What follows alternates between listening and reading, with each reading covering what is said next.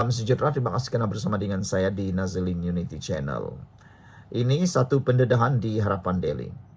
Andainya DAP tidak bersama Pakatan Harapan, PAS pasti terjenguk nak meminang, kata seorang pemimpin. Wow, ini memang menarik. Betulkah? Betulkah? Betulkah PAS ada niat mahu meminang kalau bukan DAP bersama PH? Ini memang menarik lah. PAS disifatkan sebagai lelaki gila talak yang tergila-gila kepada bekas istrinya, kata Naib Presiden 1 Parti Amanah Negara Amanah Kelantan, Ceh Ibrahim Mohamed. Menurutnya, hal itu dapat dilihat pada tindakan PAS memujuk rayu UMNO agar sudi bersama dengan mereka kembali, selain mengutuk dan mengecam DAP. Sedangkan bekas istrinya bukan sahaja tidak sudi untuk kembali kepada PAS, bahkan sedang berbahagia dengan pasangannya yang lain, katanya menerusi hantaran di Facebook hari ini. Sebelum kita teruskan laporan berita dan ulasan kali ini, jangan lupa tinggalkan komen Anda, dan bagi mereka yang ada masalah kencing manis, gout, dan tinggi darah, sila tekan butang produk yang ada dalam video ini. Produknya murah, halal, lulus KKM, dan paling penting sudah ramai orang beribu-ribu menggunakannya, menerima manfaatnya. Jangan terlambat lagi, cepat-cepat beli supaya Anda juga menikmati manfaat yang orang sudah cerita. Saya tak jual ubat, saya hanya kongsi kepada Anda manfaat yang telah diterima oleh beribu-ribu orang dan ada testimoni yang baik. Stoknya terhad, cepat beli. Baiklah. Menurut beliau, hal itu dapat dilihat pada tindakan PAS memujuk rayu UMNO agar sudi bersama dengan mereka kembali, selain mengutuk dan mengecam DAP. Sedangkan bekas istrinya bukan sahaja tidak sudi untuk kembali kepada PAS, bahkan sedang berbahagia dengan pasangannya yang lain, katanya menerusi hantaran di Facebook hari ini. Beliau berkata, pelbagai kisah duka lara politik dilakukan PAS, termasuk mencaci dan mengejek UMNO kerana enggan kembali bersama parti komponen Perikatan Nasional PN itu. Episod segala yang UMNO buat bersama pasangannya bukan sahaja dicemburui, tetapi dikutuk dan dihentam. Episod bukan sahaja mengkafirkan orang Islam, bahkan orang bukan Islam pun turut dikafirkan kerana menolak PAS, templaknya lagi. Cik Ibrahim berkata, sebelum ini PAS melaksanakan tahaluf siasi atau kerjasama politik dengan DAP. DAP yang dulunya antara rakan tahaluf sejati PAS, kini bertukar ibarat musyrikin Mekah atau Yahudi Madinah kepada Rasulullah. Tapi kata beliau, andainya hari ini DAP tidak bersama PH atau meninggalkan kerajaan Madani, esoknya sudah pasti rombongan meminang dari PAS akan terjenguk-jenguk di tangga DAP, kata Cik Ibrahim lagi. Wow, ini pastinya satu pendedahan yang luar biasa. Kalau DAP keluar daripada kerajaan Madani, menurut beliau Cik Ibrahim, mungkinkah PAS akan terhege-hege membawa rombongan esoknya meminang DAP pula? Itu mungkin akan berlaku. Biasalah dalam politik, kemarin berlawan, esoknya berkawan. Kemarin menyokong, esoknya lupa diri. Sekian dulu untuk kali ini, jangan lupa tinggalkan komen Anda. Salam sejahtera, terima kasih karena bersama dengan saya di Nazilin Unity Channel. Ini yang berlaku selepas kekalahan PAS dalam PRK Air Kuning. Memalukan sungguh apabila selepas kalah PRK, Hadi Awang lepas geram dengan dalilnya sendiri. Ulasan ini ditulis oleh Ahmad Mursi. Apabila Ahmad Mursi yang mengulas, saya sangat suka. Karena ulasannya jelas, ulasannya tepat, dan ulasannya juga sangat-sangat bernas dan berfakta. Oleh sebab itu, dengarkan ulasan mengapa beliau kata selepas kalah PRK, Hadi Awang lepas geram dengan dalilnya sendiri. Lebih tepat lagi sepatutnya, kata netizen, Hadi Awang perlulah letak jawatan sebagai Presiden PAS. Mereka kata Hadi ini dah mula nyanyukkah kata mereka, sehingga dalilnya sendiri pun dia lepaskan geram. Sebelum kita teruskan ulasan ini, jangan lupa saya pada masalah kencing manis, tinggi darah dan gout. Ada produk yang saya kongsikan dalam video ini, tekan butang produk yang ada dalam video ini. Karena produk itu sangat bagus, sudah beribu-ribu orang yang menggunakannya. Dan mereka kata sangat baik, menyembuhkan gout, tinggi darah, kencing manis, membantu sembuh. Dan paling penting ianya lulus KKM, halal, dan juga murah. Orang kata sambil berpolitik, lebih baik juga jaga kesehatan. Macam mana nak berpolitik kalau tak jaga kesehatan? Okeylah, saya tak jual ubat, saya hanya kongsi kepada anda. Beli, tak beli, itu urusan anda.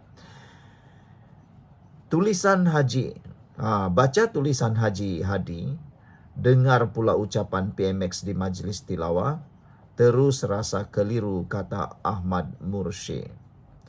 Di satu sisi, tokoh yang dipanggil ulama tapi tulisannya penuh marah dan emosi kerana kalah di air kuning setelah babi ditunggang. Di satu sisi lagi, pemimpin negara yang sering dilabel buruk oleh penyokong PAS, tapi ucapan nasihatnya penuh hikmah, tenang dan menjaga akhlak. Bila PAS kalah, Hadi segera tuduh pengundi tak istiqamah dengan Islam. Waktu PAS DAP satu kem, sibuk juga Hadi mempersuci DAP. Berpelukan, genggam tangan erat-erat macam tak mahu lepas. Semuanya ada rekod. Sekarang, Haji Hadi tafsir agama secara sempit, mengelirukan, disulami dengan ayat-ayat Al-Quran untuk menyalahkan DAP dan abaikan sekutunya gerakan. Haji Hadi salahkan DAP perihal ternakan babi di Perak. Dia lupa selama hampir 2 tahun Razman mempersucikan ternakan babi dan turut meluluskan permit-permit semasa kerajaan Tebuk Atap di Perak. PAS tunggang isu ini untuk cetuskan api perkauman walaupun penternak babi dah berada di situ sejak 50 tahun lalu dan penempatan baru pula dibina semakin hampir ke situ saban tahun. Tafsiran agama diselewengkan, tidak dinafikan. Ulama kontemporari ada berpandangan, mengundi boleh menjadi wajib dalam sesetengah keadaan. Tetapi mereka tidaklah sehingga menjadikannya fardu ain secara mutlak seperti Haji Hadi. Apatah lagi tiada dalil mewajibkan undi PAS seperti cuba digambarkan. Lebih banyak hal mudarat berlaku zaman PAS Tebuk Atap berbanding banyak maslahat ummah dicapai di zaman Madani ini. Bila Haji Hadi kata PAS boleh berpakat dengan bukan Islam dan lantik mereka dalam hal yang tidak berkait dengan dasar Islam atau Wizarah Al-Tanfiq, dia gunakan istilah itu dengan tidak sepenuhnya benar. Ulama klasik seperti Al-Mawardi perkenal istilah Wizarah Al-Tanfiq pelaksana dan Wizarah Al-Tafwid pembuat dasar. Bukan semata-mata berkait dasar Islam tetapi dalam perkara yang lebih luas sesuai dengan kerajaan Abbasiyah ketika itu yang dipimpin oleh umat Islam secara mutlak. Ironinya, zaman Haji Hadi Tebuk Atap, ramai menteri bukan Islam turut dilantik. Wika Siong, Saravanan, Maximus Ongkili, Barubian dan lain-lain.